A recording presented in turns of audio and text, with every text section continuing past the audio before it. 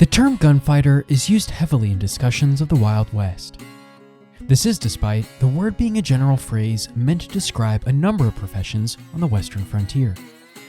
It could reference ranchers and cowboy archetypes you see in artistic representations of the time period.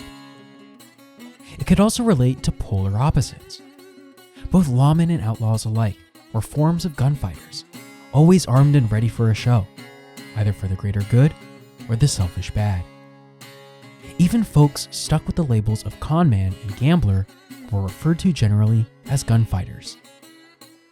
Of all the professions spanning all the industries, the most fascinating subgroup of gunfighters were the bounty hunters, men dispatched by both the government and powerful entities to venture out across the land in search of wanted outlaws. While bounty hunting wasn't as popular a career as many Hollywood films would suggest, it was a way for some of the most experienced and isolated gunfighters to make a living, while using their talents to the best of their abilities. To cover these intriguing and incendiary figures of Western frontier lore, here's the next video in our series of both famous and infamous bounty hunters, continuing with the legendary assassin and title-winning sharpshooter, James Deacon Jim Miller, sometimes better known by his hired hand sobriquet, Killer Miller.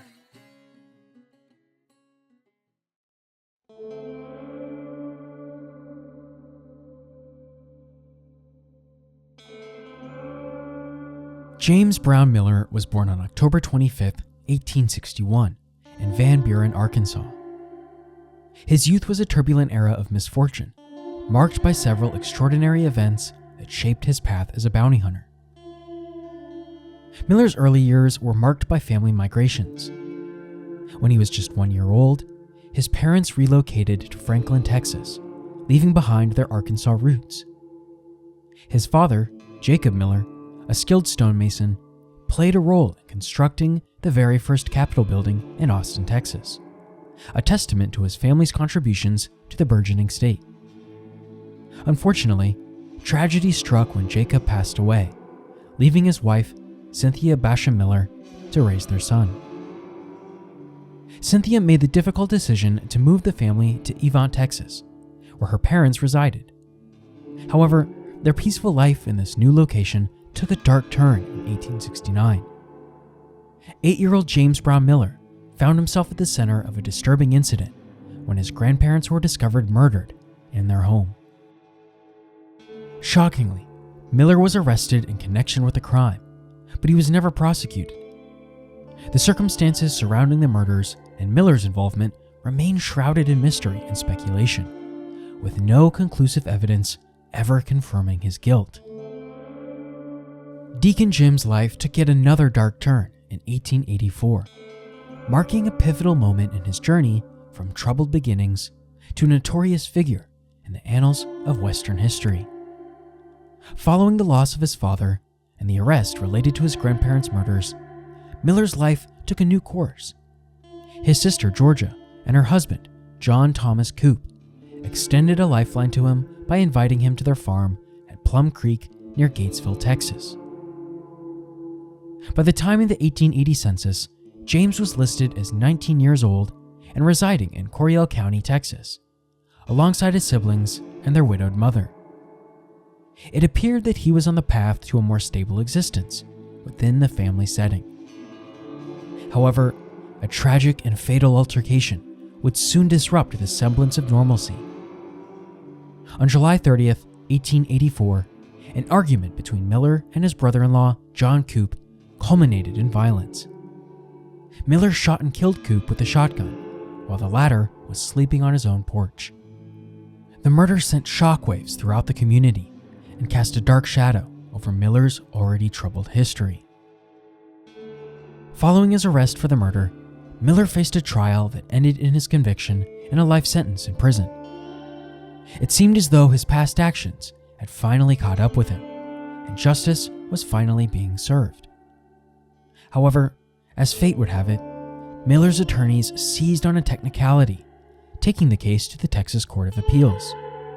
There, the conviction was overturned, and James Brown Miller found himself once again escaping the grasp of the law. Later into the 1880s, Jim Miller's journey into the world of bounty hunting took a peculiar turn. Miller, previously known as a hired hand and a cowboy, was arrested and disarmed by a young San Saba deputy sheriff named Dee Harkey. This encounter marked a significant turning point in Miller's life, as it brought him into the orbit of law enforcement. Deputy Sheriff Dee Harkey would later become one of the most famous lawmen of the West, showcasing the fluid boundaries between those who upheld the law and those who operated on its fringes in the Old West. After this initial encounter, Miller ventured into McCulloch County, where he found work as a cowboy on the ranch of Emanuel Mannon Clemens Sr. Interestingly, Clemens was a violent man and the older cousin of the notorious outlaw John Wesley Hardin. During his time at the Clemens Ranch, Miller developed close relationships with Emanuel's son, Emanuel Manny Clemens Jr., and Mannon's daughter, Sally. Eventually, Jim Miller and Sally Clemens would marry in McCulloch County on February 15, 1888. Together, the couple would go on to have 4 children.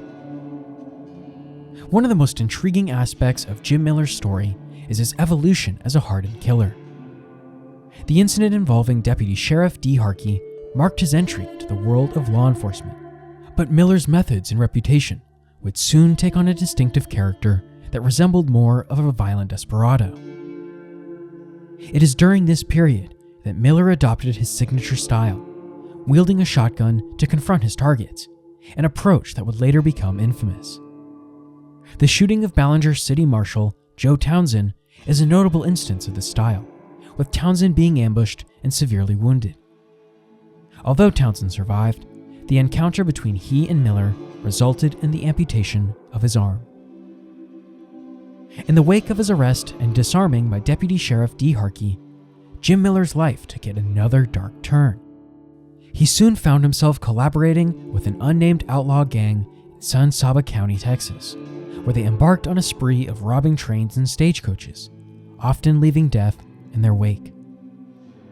Simultaneously, Miller diversified his ventures by investing in a saloon in San Saba, showcasing the entrepreneurial spirit that was not uncommon among those living on the frontier. However, it is his new career as an assassin that stands out as a particularly striking facet of his life. Miller openly declared his willingness to murder for financial gain, with reports suggesting that his price ranged from $150 to $2,000, a substantial sum for the time. Jim Miller's notoriety as an assassin was built on his ability to get the job done swiftly and efficiently. He adopted the aforementioned signature style, often employing a shotgun to ambush his targets under the cover of night. This method set him apart from the fast-draw gunfighters who were prevalent in the Old West, emphasizing his preference for cold-blooded efficiency over showmanship. What makes Jim Miller's story even more intriguing is his outward demeanor. Despite his grim and nefarious profession, he presented himself as a mild-mannered and respectable individual. He was known for his impeccably well-dressed appearance, often sporting a white shirt with a stiff collar, a stick pin in his lapel, a diamond ring, and a heavy frock coat, even in scorching weather. Jim Miller's dual life as a devout Methodist who attended church and read the Bible earned him the nickname Deacon Jim. His affable nature and politeness endeared him to the townspeople, demonstrating how appearances could be deceiving in the Wild West. It is these contradictions that make Miller's story a compelling example of the intricate and ever-shifting roles and identities of gunfighters in the Old West. And maybe the biggest contradiction of Miller's entire life, his time spent as a lawman, a facade to cover up his career as a hitman, was just about to begin.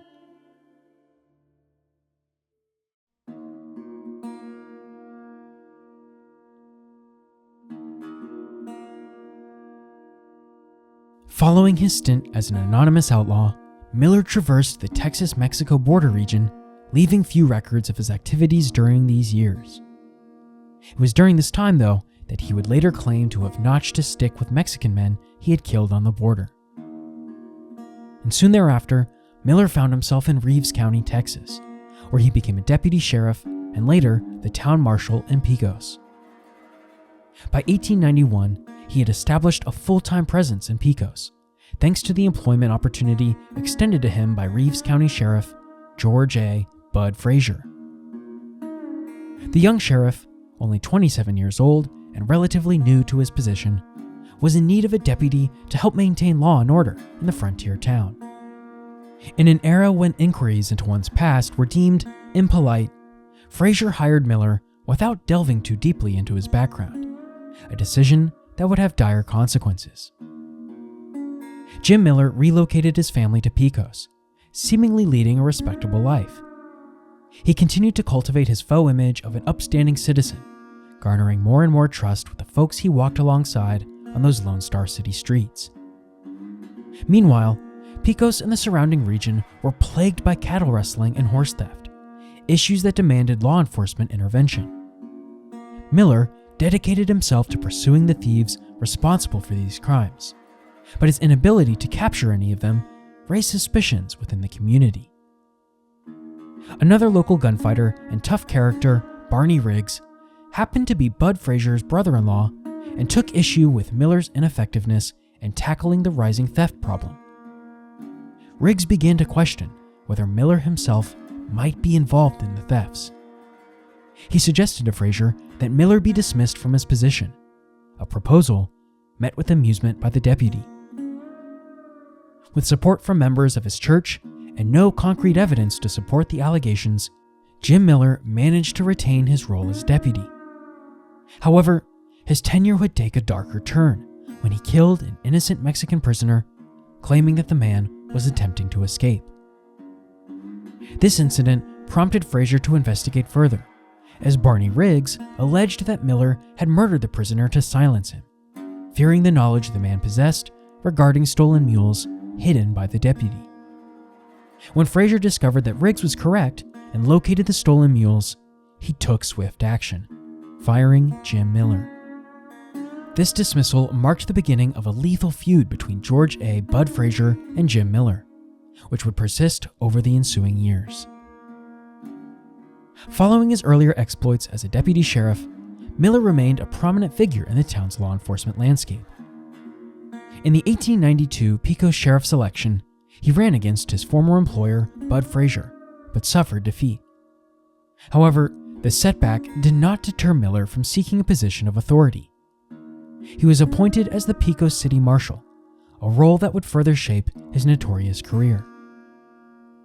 As Marshal Jim Miller, he wasted no time in consolidating his power by hiring individuals with a penchant for violence and lawlessness.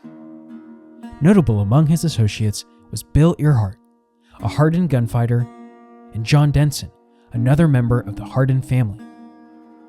They were joined by Martin Q. Hardin, whose connection to John Wesley Hardin remains unclear. Nevertheless, they refer to themselves as cousins, perhaps highlighting the complex and fluid relationships within Old West communities. In May 1893, Sheriff Bud Frazier was away on business, creating an opportunity for Miller's criminal element to exert control over the town of Pecos. Concurrently, Miller and his henchmen hatched a sinister plot to assassinate Frazier upon his return. Their scheme involved staging a shootout on the railroad station platform, with an accomplice positioned nearby to shoot Frazier, making it appear as if he had been killed by a stray bullet. However, a twist of fate occurred when a man named Con Gibson overheard the plan while at a local saloon. Alarmed by the impending danger, he took it upon himself to contact Frazier and inform him of the impending threat. Frazier, in turn, reached out to the renowned Texas Rangers, enlisting their assistance. When Frazier returned to Pecos, he was flanked by Texas Rangers, who were determined to apprehend the conspirators. Captain John R. Hughes swiftly arrested Jim Miller, Manny Clements, and Martin Hardin. The three men were indicted on September 7, 1893, for their conspiracy to murder Frazier. The case was subsequently transferred to El Paso for trial. However, the course of justice took an unexpected turn. Con Gibson, the primary witness for the prosecution, fled to nearby Eddy, now Carlsbad, New Mexico, where Miller's henchman, John Denson, was fatally shot. With their key witness gone, the state was compelled to release the 3 prisoners, much to the frustration of those who had sought to bring them to justice. Although Jim Miller had once again eluded the grasp of the law, the volatile situation left a lasting impact on Pecos. Miller, having lost his position as marshal, invested in a hotel in the town, presenting an image of an upright citizen. Yet underlying tensions simmered as rumors spread, suggesting that Sheriff Frazier was incapable of handling Miller and unfit for his role. In the preceding 6 months, Con Gibson, now a pivotal figure who had previously exposed a plot to assassinate Sheriff Bud Frazier, met a mysterious end. However, his murder remained unresolved, a common occurrence in the often lawless environment of the Old West.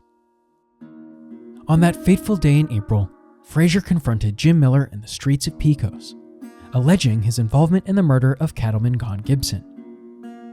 The exchange between the 2 men was fraught with tension, with Frazier openly accusing Miller of being a cattle rustler and murderer. Without waiting for Miller to reach for his signature shotgun, Frazier opened fire, hitting the bounty hunter in the right arm near the shoulder. In the midst of the confrontation, Miller attempted to return fire, discharging his weapon with his left hand, and inadvertently striking an innocent bystander, Joe Kranz, a local storekeeper. Undeterred, Frazier continued to unload his 6-shooter into Miller's chest before walking away, believing his adversary to be fatally wounded. To the astonishment of many, including Frazier, Miller miraculously survived the brutal encounter. His friends rushed to his aid, carrying him to his hotel. The surprising resilience displayed by Miller, despite the onslaught of bullets, left many baffled. The revelation of a metal breastplate concealed beneath Miller's coat offered insight into the secret of his survival. It became evident why he consistently wore a heavy frock coat. It was a strategic choice to protect himself from potential assailants. This revelation remained concealed from Bud Frazier, who remained in the dark regarding Miller's preparedness. Following the shootout, a tense calm descended upon Pecos, as Miller convalesced over the ensuing months. While threats and animosity had simmered between the 2 men, the physical altercation seemed to have run its course. Despite the passage of time, Frazier's animosity towards Miller had actually not waned.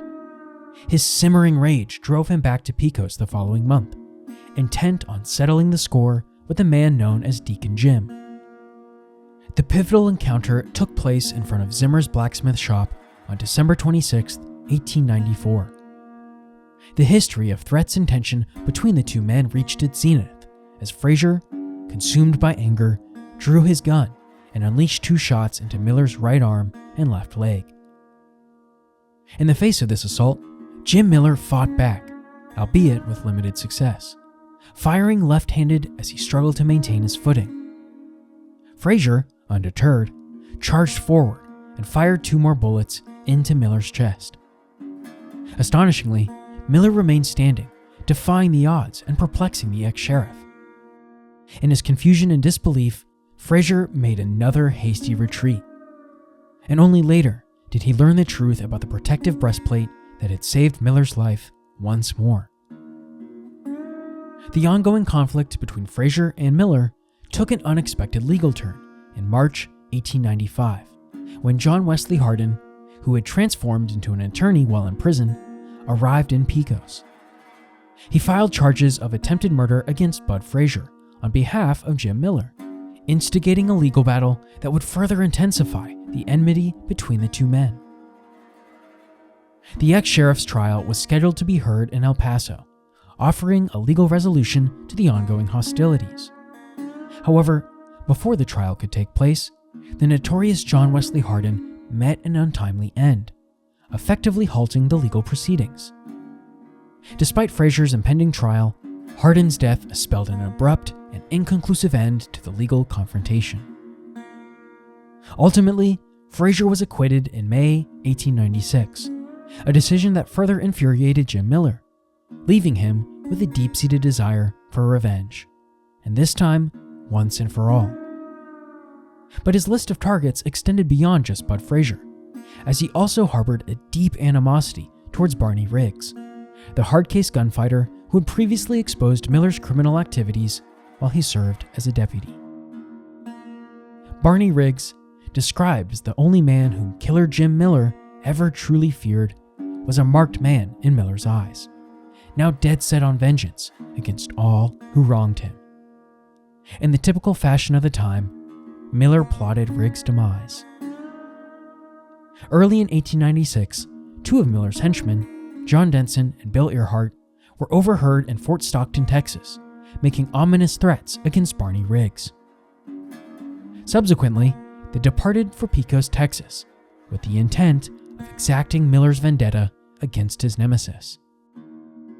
However, the tides of fate shifted when U.S. Deputy Marshal Dee Harkey, likely familiar with Miller's reputation, sent a warning telegram to Riggs, alerting him to the impending danger. Barney wisely heeded this advice, avoiding the henchmen when they arrived in Pecos. Despite Riggs' cautiousness, a fateful morning on March 3, 1896, found him alone while temporarily substituting for a friend as a bartender in R.S. Johnson's saloon. Denson and Earhart, undeterred by Riggs' previous evasions, burst into the establishment. In the ensuing chaos, a shot from Earhart grazed Barney Riggs, who reacted swiftly by returning fire and killing Bill Earhart. Subsequently, he grappled with John Denson, who sought to escape. Riggs, however, pursued Denson down the street and, in a final act of self-defense, shot him in the back of the head, ending Denson's life on the spot. Jim Miller's elaborate scheme to eliminate the one man he truly feared had failed. In the aftermath of the violent confrontation, Barney Riggs surrendered himself and faced a trial for murder. Remarkably, Riggs was acquitted. Having lost his bid for re-election as sheriff, Bud Frazier departed Pecos and sought refuge in Eddy, New Mexico, now known as Carlsbad. However, despite the danger that lurked in Pecos, Frazier returned to the area several months later to visit his mother and sister in Toyah, Texas. He was acutely aware of the threat that Miller represented, but familial ties drew him back to the perilous region. As expected, Miller soon learned of Frazier's presence in the area. The morning of September 13, 1896, would prove to be a fatal one. Bud Frazier found himself engaged in a card game with friends in a Toyah saloon, dealing the cards when Jim Miller abruptly pushed open the swinging saloon doors. In an instant, Miller leveled one of his shotguns and unleashed a devastating volley, firing both barrels at Frazier, with the gruesome result of nearly decapitating the former sheriff. In the immediate aftermath of the shocking murder, Frazier's distraught sister, perhaps driven by grief and anger, confronted Miller with a gun. In response, Miller callously uttered a chilling threat. "I'll give you what your brother got. I'll shoot you right in the face." Despite the heinous act he had committed, Jim Miller managed to escape justice once again, as he was acquitted of Frazier's murder. His defense hinged on the audacious claim that he had done no worse than Bud Frazier, a testament to the moral ambiguity of the era. During the trial, a man named Joe Arp, who had no known relation to the famous Earp brothers of the Wild West, testified against Miller. This act, however, proved to be Joe Earp's own doom, as he quickly became the next target on Miller's list. Several weeks following his testimony, Joe Earp was reportedly shot down, with Miller himself suspected of being the assailant. Remarkably, Miller managed to gallop an astonishing 100 miles in a single night, racing via horseback against time to establish an alibi. Even the prosecuting district attorney, Judge Stanley, was not spared from the sinister shadow cast by Miller. Assigned to handle the Joe Earp murder case, Judge Stanley met a suspicious end reportedly due to food poisoning in Memphis, Texas. These events serve as a chilling reminder of the far-reaching and devastating consequences of Miller's actions. And yet, old Deacon Jim was just getting started in his pursuit to be one of, if not the most infamous assassin and bounty hunter the frontier had ever seen.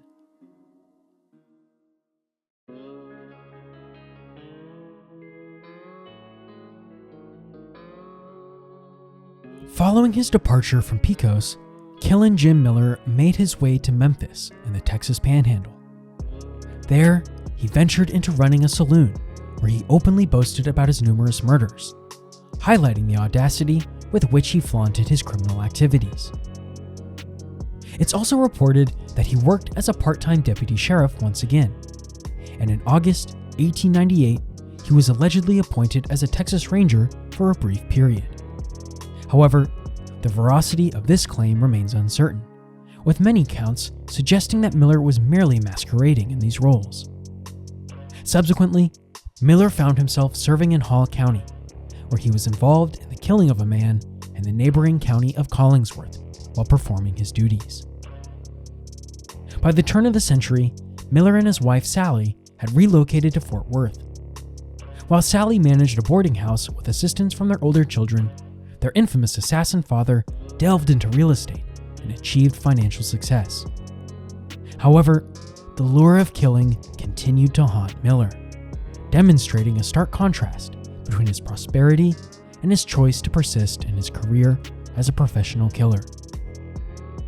It was in El Paso that Miller took his audacity to new heights, openly advertising himself as a professional killer for hire. This dark turn of events coincided with the ongoing sheep wars, a violent conflict between sheepmen and cattlemen, which Jim Miller eagerly capitalized on. He offered his services to the cattlemen, taking on jobs to kill sheepmen, often eliminating as many as a dozen men for a mere $150 per cold body. In the summer of 1902, Jim Miller asserted that he had apprehended 3 individuals who were allegedly stealing cattle in Ward County. With his trusty Winchester rifle in hand, he swiftly dispatched 2 of the culprits, while the third, though wounded, managed to cling to his horse and escape, disappearing into the rugged landscape. Furthermore, the era was marked by numerous feuds centered around land disputes and fencing, with cattlemen opposing the farmers who encroached on their territory. Miller readily aligned with the cattlemen once more, taking on the role of a hired gun to eliminate the farmers who dared to fence their land. During this dark chapter, Miller coldly ended the life of lawyer James Jarrett on August 28, 1902. Jarrett had taken up the defense of local farmers near Lubbock, who were engaged in a bitter dispute with cattle ranchers over the construction of fences on their properties. The ranchers firmly believed that these fences disrupted the grazing patterns of their cattle and chose to take the matter to court. In a disturbing turn of events, these ranchers sought Jim Miller's services to eliminate Jarrett, offering him a sum of $500 for the sinister task. On the day of reckoning, Miller cornered Jarrett as he was watering his horses near his farm. In the grim confrontation that ensued, Miller had to discharge his firearm 4 times to finally subdue Jarrett. His chilling assessment of the murder echoed the ruthless character of the Old West. "He was the hardest damn man to kill I ever tackled." In 1904, Jim Miller became entangled in a similarly sinister plot when he accepted a contract to assassinate Frank Foer, an individual with whom he had been involved in real estate dealings in Fort Worth. However, Frank Foer stood out as an upright businessman who posed a significant threat to Miller's illicit schemes. Foer had determined to bring Miller's deceptive practices to the attention of a grand jury, specifically concerning the sale of submerged lots in the Gulf of Mexico. On March 10th of that year, Jim Miller relentlessly pursued his target, tracking him to the Westbrook Hotel. To complicate matters further for Miller, Frank Foer was accompanied by 3 other lawmen, Dee Harkey, Jinx Clark, and Tom Coggins. Despite the presence of these three law enforcement figures, Miller managed to separate four from the trio as they remained in the hotel's lobby. In a cold and calculated act, he ambushed four in a restroom on the upper floor. As the commotion of the incident drew the crowd of onlookers, a shocking scene unfolded. Jim Miller, with tears in his eyes, fell over Frank Foer's lifeless body and uttered a chilling proclamation.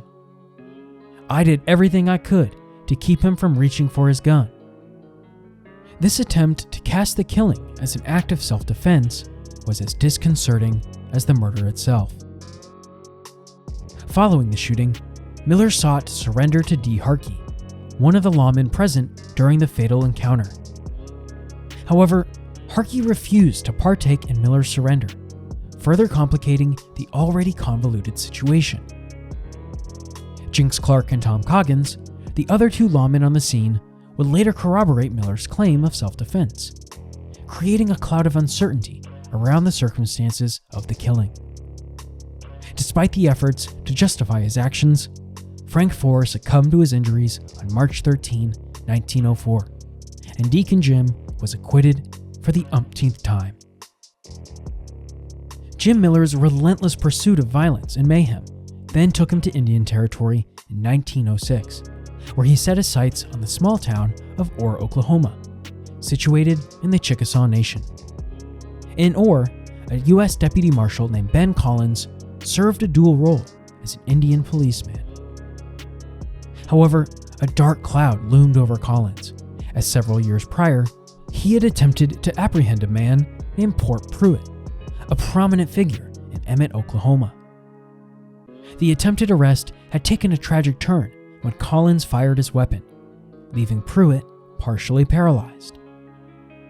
The incident had far-reaching consequences, as Port Pruitt and his brother publicly vowed vengeance against Ben Collins. Port had initially engaged with another gunman by offering him $500 for the task. However, this hired gun accepted a $200 advance, revealing the threat to Collins and promptly departing the territory.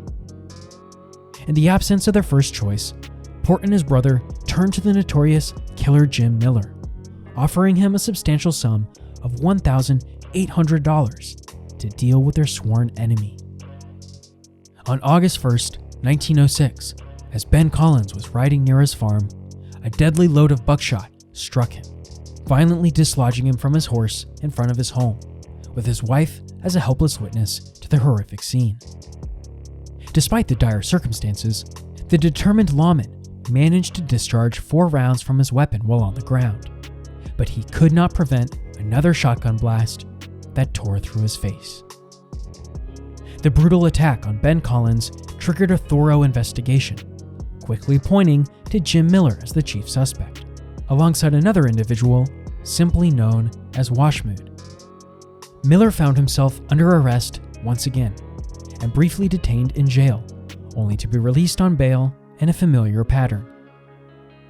However, before Miller could stand trial, a chilling sequence of events unfolded.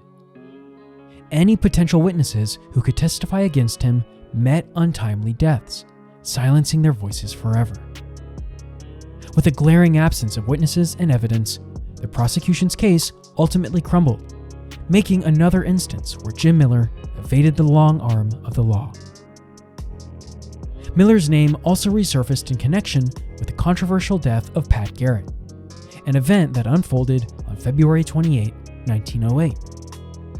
The circumstances surrounding Garrett's demise were shrouded in suspicion, with allegations pointing to a land dispute as the motive behind the killing. Some accounts even suggested that Miller had orchestrated the murder, possibly by hiring a hitman himself. Despite the gossip, though, it is improbable that Miller directly played a role in Garrett's death, as subsequent revelations would suggest. Wayne Brazel eventually confessed to the crime, shedding light on the true culprits behind the assassination. Moreover, Carl Adamson, who happened to be married to a cousin of Sally Miller, was in the company of Pat Garrett at the time of the fatal incident. This association led to rumors implicating Jim Miller in the murder. Despite the swirling rumors and associations, the consensus among most historians is that Pat Garrett's killing transpired without Jim Miller's direct involvement.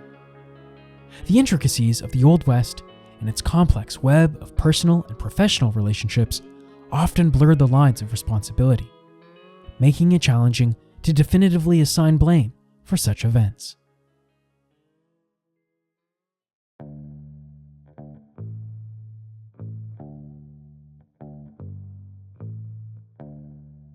December 29, 1908, marked a turning point in Jim Miller's tumultuous journey through the Old West.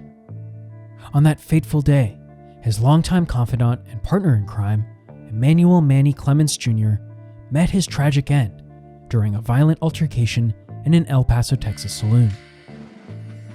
Manny's death left Miller consumed by a thirst for vengeance, a desire he was undoubtedly prepared to act upon. However, fate had other plans, as Miller found himself presented with a lucrative offer, a sum of $1,700 to assassinate former U.S. Marshal Allen Augustus Gus Bobbitt in Ada, Oklahoma. Just a few months prior, Ada was a bustling town, renowned as a thriving center for cotton commerce. Yet, beneath its facade of prosperity, Ada harbored a dark and violent reputation. In 1908 alone, a staggering 36 lives were claimed by acts of violence in the town. Gus Bobbitt had retired from his position as a U.S. Deputy Marshal following Oklahoma statehood the previous year, opting to relocate to a ranch near Roth, Oklahoma.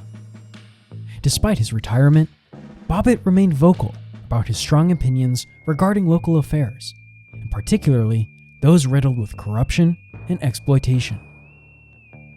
One troubling practice that Bobbitt condemned was known as Indian skinning. This unethical scheme involved taking advantage of Native Americans, who had been granted 160 acres of land each in exchange for their reservation territory. Oklahoma law stipulated that any sale of such land to non-Native Americans required the approval of the county court judge. Nevertheless, unscrupulous opportunists capitalized on the situation, often getting Native Americans drunk and acquiring their 160-acre plots for as little as $50. Appalled by the injustices occurring before his eyes, Gus Bobbitt chose to shine a light on these reprehensible acts and agitated for meaningful change in the town's elected offices and the broader county. His advocacy, however, brought him into direct conflict with those who profited handsomely from the status quo. Fearing the erosion of their ill-gotten gains, these influential figures turned to the notorious Jim Miller, a man known for resolving problems with ruthless efficiency. In April, Jim Miller, accompanied by Jesse West, Joe Allen, and Barry B. Burrell, faced arrest for their involvement in the murder of Gus Bobbitt. By April 6, 1909, all these co-conspirators had been incarcerated in Ada, Oklahoma. Despite the widely acknowledged fact that Miller and his associates had perpetuated Bobbitt's murder as a part of a contract killing, the physical evidence was far from conclusive.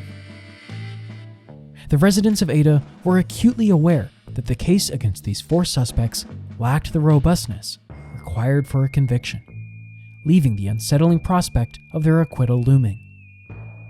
Their concerns were heightened by a recent case in which a man named Stevenson, previously implicated in the November 3, 1907 murder of Town Marshal Rudolph Cathy in Pauls Valley, Oklahoma, had been acquitted of murder charges. Faced with this perceived injustice, some individuals decided to take matters into their own hands.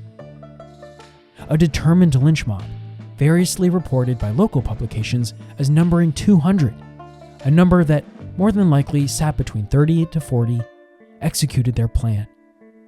In the quiet hours of the morning, on April 19, 1909, they forcefully breached the jail's defenses.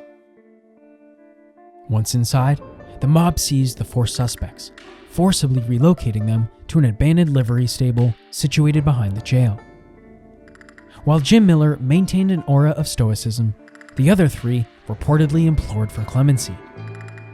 The captives were then bound with baling wire, their fates sealed as ropes were draped over the sturdy rafters above. Jim Miller, standing at the precipice of his demise, expressed two final wishes.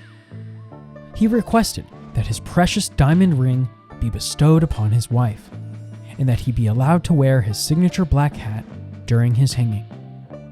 These requests were granted. Miller further inquired about being hanged in his cherished black frock coat, a plea that went unanswered. The execution commenced with Miller's companions meeting their grim fate first. Subsequently, the vigilantes demanded that Miller admit to his litany of crimes, and in response, he purportedly declared, "Let the record show that I've killed 51 men."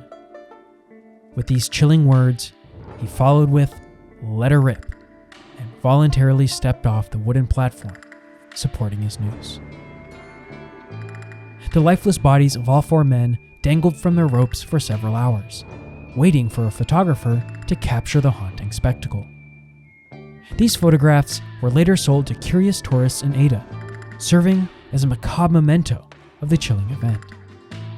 Jim Miller's mortal remains were eventually repatriated to Texas, where he found his final resting place in the Oakwood Cemetery in Fort Worth. Following his death, a respected citizen offered a succinct and unvarnished assessment of Miller. "He was just a killer, the worst man I ever knew." This sentiment encapsulates the essence of James Brown Miller, dispelling any illusions about his character. Far from a virtuous deacon, he was a cold-blooded killer, forever etched in history as Killin' Jim or Killer Miller. His legacy, uncompromising and ruthless, epitomizes the essence of an Old West bounty hunter.